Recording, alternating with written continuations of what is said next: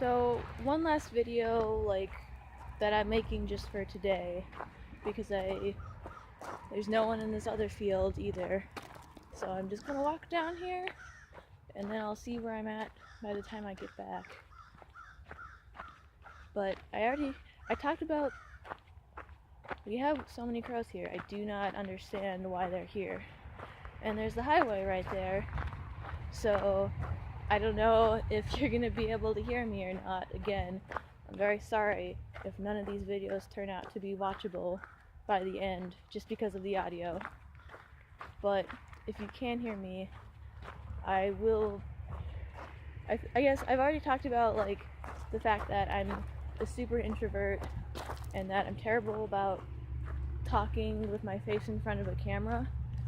But I think right now, just on my daydreaming, because that is also a very important point, kind of. I think because I'm almost certain I have Maldaptive daydreaming. I'm not sure if I pronounced that first word correctly. I do not care.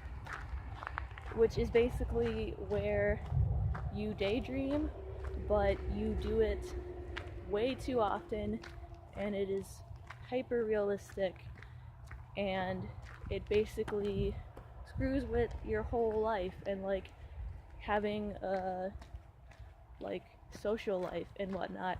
And I'm almost near positive that I have it, because ever since I can remember, I've always had very intense daydreams. I have always, at least since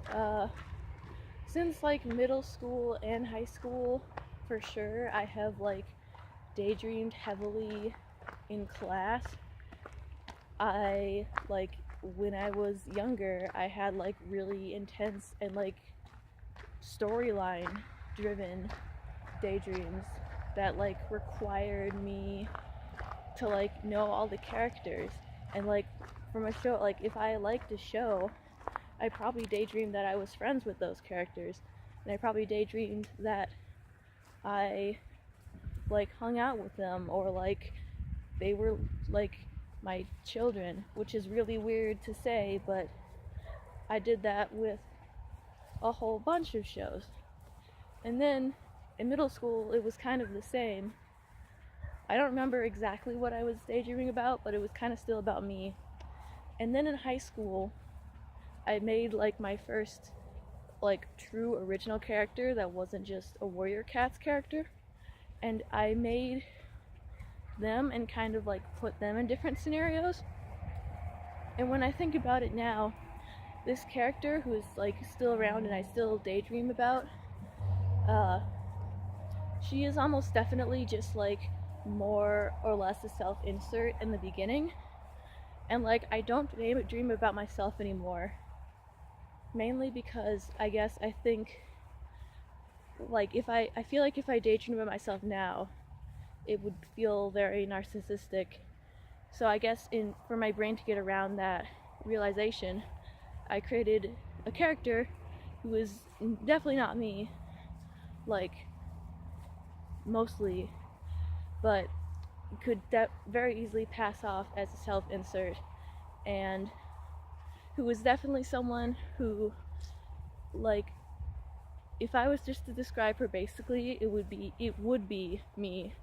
But if I didn't have crippling social anxiety and wasn't an introvert, if I was an extrovert, I would be this character.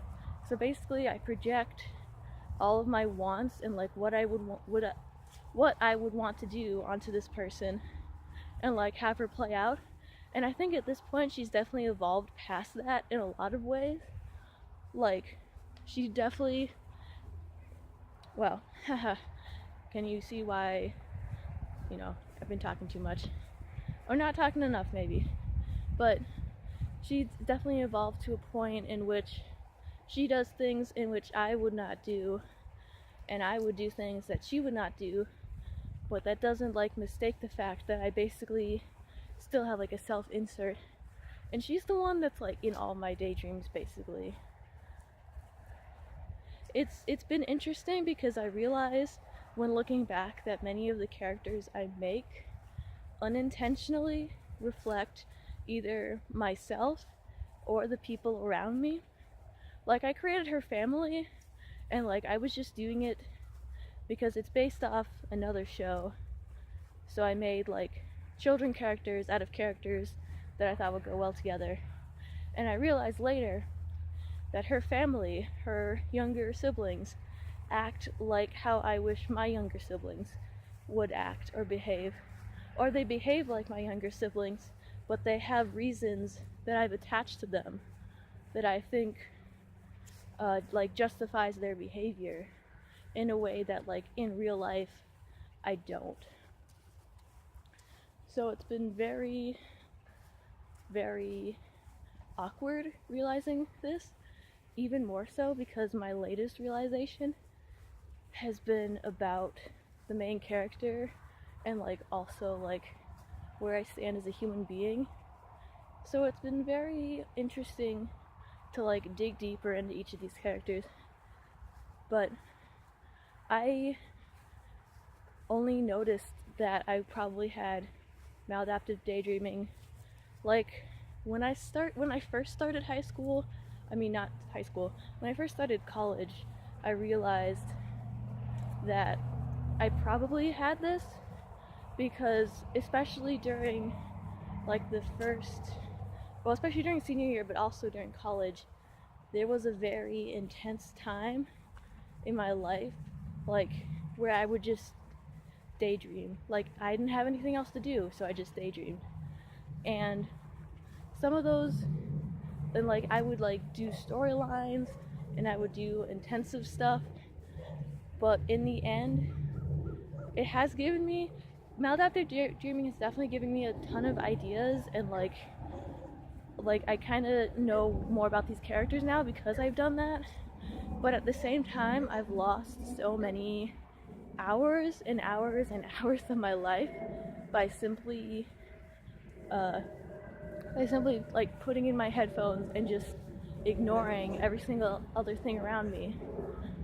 And like I could be doing a million better things, and I know it every single time. Like usually when I'm doing it, I'm trying to distract myself from homework because I don't want to do it or I'm scared of doing it. So I retreat into my nice, safe fantasy land where I'm in control, and where any problem, any adversity is easily solved because I say so. And there are several dogs over there, and they're very noisy. But it's like an easy fantasy escape. And like I justify it because I say it's not about me. And I suppose you could say that's true, but also it's very not true, which makes it very distracting and like very odd when I think about things about these characters, and I realize they reflect me, probably because I unintentionally just needed to have an escape, but I did, and that escape is high fantasy characters being angry all the time and saying what exactly they want instead of just hiding up in their own corner and not doing anything at all.